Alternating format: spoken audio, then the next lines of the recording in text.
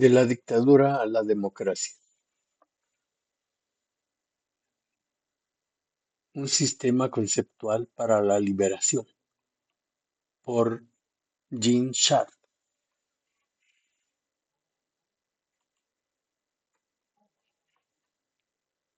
Capítulo 10. Trabajo preliminar para una democracia duradera. La desintegración de la dictadura es, por supuesto, causa de una gran celebración. La gente que por tanto tiempo ha sufrido y que ha pagado un precio tan alto merece un tiempo de gozo, relajamiento y reconocimiento. Debe sentirse orgullosa de sí misma y de todos los que con ella lucharon para ganar la libertad política. No todos habrán vivido para celebrar este día. Vivos y muertos serán recordados como héroes que ayudaron a moldear la historia de la libertad de su país. Desafortunadamente, esta no es una oportunidad para reducir la vigilancia. Aún en caso de que la dictadura hubiese sido desintegrada exitosamente por medio del desafío político, se deben tomar muchas precauciones para impedir que surja un nuevo régimen opresivo durante la confusión que acompaña el derrumbamiento del viejo. Los dirigentes de las fuerzas pro-democráticas deben tener preparada por adelantado una transición ordenada hacia la democracia. Es necesario establecer las bases constitucionales y legales, así como las normas de comportamiento de una democracia duradera. Nadie debe creer que con la caída de la dictadura inmediatamente va a aparecer una sociedad ideal. La desintegración de la dictadura simplemente facilita el punto de partida en condiciones de una libertad revalorada para realizar esfuerzos a largo plazo por mejorar la sociedad y responder más adecuadamente a las necesidades humanas. Los serios problemas políticos, económicos y sociales seguirán durante años y hará falta la cooperación de muchas personas y grupos para buscarle solución. El nuevo sistema político deberá dar una oportunidad para que las personas con puntos de vista diferentes y medidas que lo favorezcan, continúen el trabajo constructivo y el desarrollo de las políticas orientadas a encarar los problemas del futuro. Amenazas de una nueva dictadura. Aristóteles advirtió hace tiempo que la tiranía puede cambiar y convertirse en tiranía. La historia nos da muchos ejemplos. En Francia, los jacobinos y Napoleón. En Rusia, los bolcheviques. En Irán, el ayatolá. En Birmania, Slork. Y en otras partes en que algunas personas o grupos consideraron el derrumbamiento de un régimen opresivo meramente como la oportunidad de convertirse en los nuevos amos. Los motivos podrán variar, pero los resultados son a menudo muy similares. La nueva dictadura puede ser aún más cruel que la anterior y ejercer un control más asfixiante. Aún antes del desplome de la dictadura, miembros del pasado régimen pueden intentar acortar el proceso de la lucha desafiante por la democracia, dando un golpe de Estado a fin de escamotear la victoria que lograría la resistencia popular. Pueden proclamar que han expulsado a la dictadura, pero de hecho buscan solo imponer un modelo más o menos renovado de la anterior,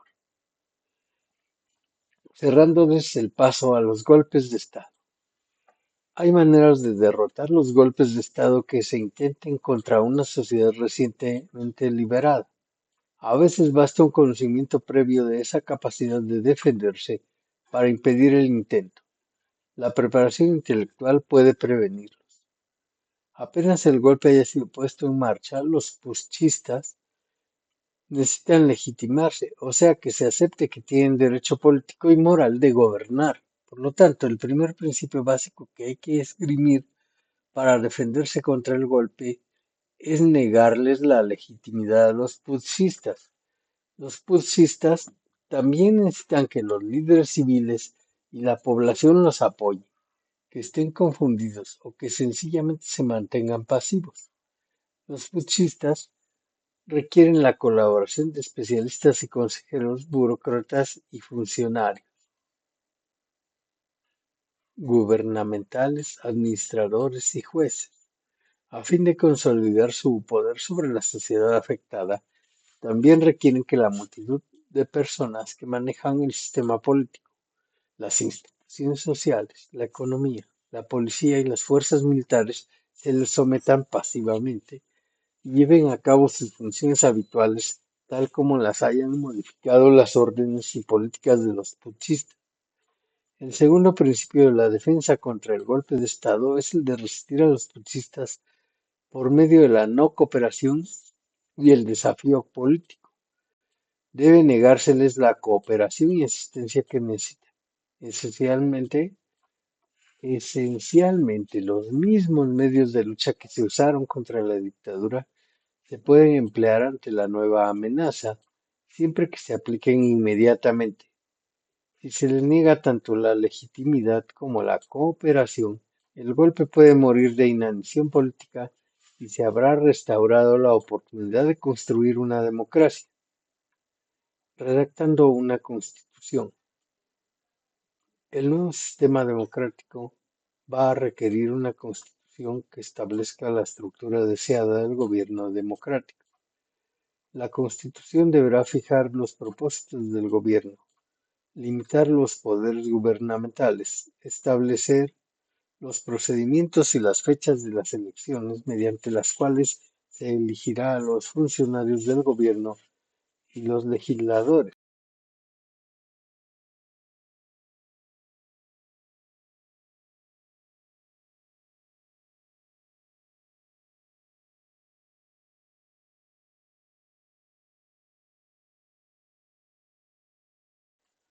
Redactando una constitución.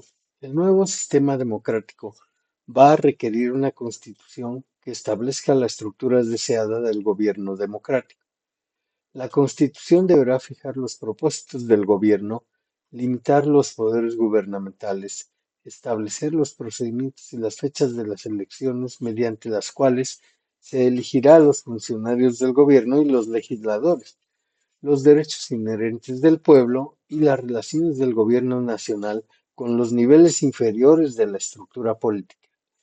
Dentro del gobierno central, si éste ha de seguir siendo democrático, debe establecerse una clara separación de la autoridad entre las ramas legislativa, ejecutiva y judicial. Se deben incluir fuertes restricciones a las actividades de la policía, los servicios de inteligencia y las fuerzas armadas, prohibiéndoles cualquier interferencia política legal. Para conservar el sistema democrático e impedir medidas y tendencias dictatoriales, la Constitución debe ser preferentemente una que establezca un sistema federal con prerrogativas importantes para los gobiernos a nivel regional, estatal y local.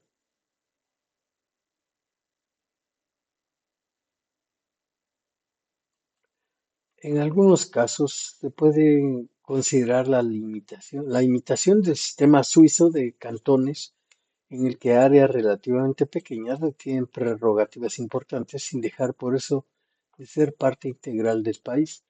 Si una constitución con muchos de estos rasgos hubiera existido antes en la historia del país recién liberado, sería deseable reimplantarla, modificándola apenas en lo que fuera necesario y deseable. Si no existiera una constitución más antigua con los requerimientos del caso, quizás se podría trabajar con una constitución interina. Si no, habría que escribir una nueva constitución. Preparar una nueva constitución llevará tiempo y esfuerzo. Es deseable la participación popular en este proceso y se hace necesaria para la ratificación de un nuevo texto o de sus enmiendas. Se ha de ser muy cauto al incluir en la Constitución promesas que luego se demuestre que es imposible cumplir o estipulaciones que requieran un gobierno altamente centralizado, porque en ambos casos podría facilitarse una nueva dictadura. La redacción de la Constitución debe ser fácilmente comprendida por toda la población. No debe ser tan compleja ni tan ambigua como para que solo los abogados u otras élites puedan decir que la comprenden. Una política democrática de defensa. El país liberado puede tener que enfrentarse a una amenaza extranjera, para lo cual se necesitaría una capacidad defensiva. El país puede también verse amenazado por un intento de imponerle una dominación militar, política o económica desde el extranjero. A fin de mantener una democracia interna, habría que considerar seriamente si han de aplicarse los principios básicos del desafío político a las necesidades de la defensa nacional. Al situar la capacidad de resistencia directamente en manos de la ciudadanía, los países recientemente liberados pueden evitar la necesidad de establecer una fuerte capacidad militar que podría, por su parte, amenazar la democracia y demandar vastos recursos económicos, que muchos se necesitan para otros propósitos. Debemos recordar que algunos grupos van a ignorar cualquier disposición constitucional en su afán de establecerse como nuevos dictadores. Por consiguiente, la población necesita asumir la tarea permanente de aplicar el desafío político y la no cooperación contra cualquier dictador en potencia y de preservar las estructuras, los derechos y los procedimientos democráticos. Una responsabilidad meritoria. Los efectos de la lucha no violenta no son solamente debilitar y quitar al dictador, sino también dotar de poder al oprimido. Esta técnica habilita a las personas que previamente sentían que no servían más que como víctimas para ejercer directamente el poder para lograr por su propio esfuerzo una mayor libertad y justicia. Esta experiencia de lucha tiene consecuencias psicológicas importantes que contribuyen a aumentar la autoestima y la confianza en sí mismos entre los que antes carecían de todo poder. Una consecuencia beneficiosa a largo plazo del empleo de la lucha no violenta a fin de establecer un gobierno democrático es que la sociedad estará más apta para manejar los problemas recurrentes y futuros. Aquí podrían incluirse los futuros abusos del gobierno y la corrupción, los maltratos a algún grupo, la injusticia económica y las limitaciones en la calidad democrática del sistema político. La población experimentada en el uso del desafío político probablemente será menos vulnerable a la acción de una dictadura en el futuro. Después de la liberación, el haberse familiarizado con la lucha no violenta va a sugerir maneras de defender la democracia, las libertades civiles, los derechos de las minorías y las prerrogativas de los gobiernos regionales, estatales o locales, así como de las instituciones no gubernamentales. Tales medios también harán posible que personas o grupos expresen pacíficamente su disentimiento extremo sobre asuntos que los grupos de oposición perciben ser tan importantes que a veces los han llevado al terrorismo o a la guerra de guerrillas. Los pensamientos expresados en este examen del desafío político o la lucha no violenta tienen como fin tratar de ayudar a todas las personas y grupos que buscan liberar a sus pueblos de la opresión dictatorial y establecer un sistema democrático duradero que respete las libertades humanas y la acción popular para mejorar la sociedad. Tres conclusiones principales se derivan de la idea bosquejada aquí.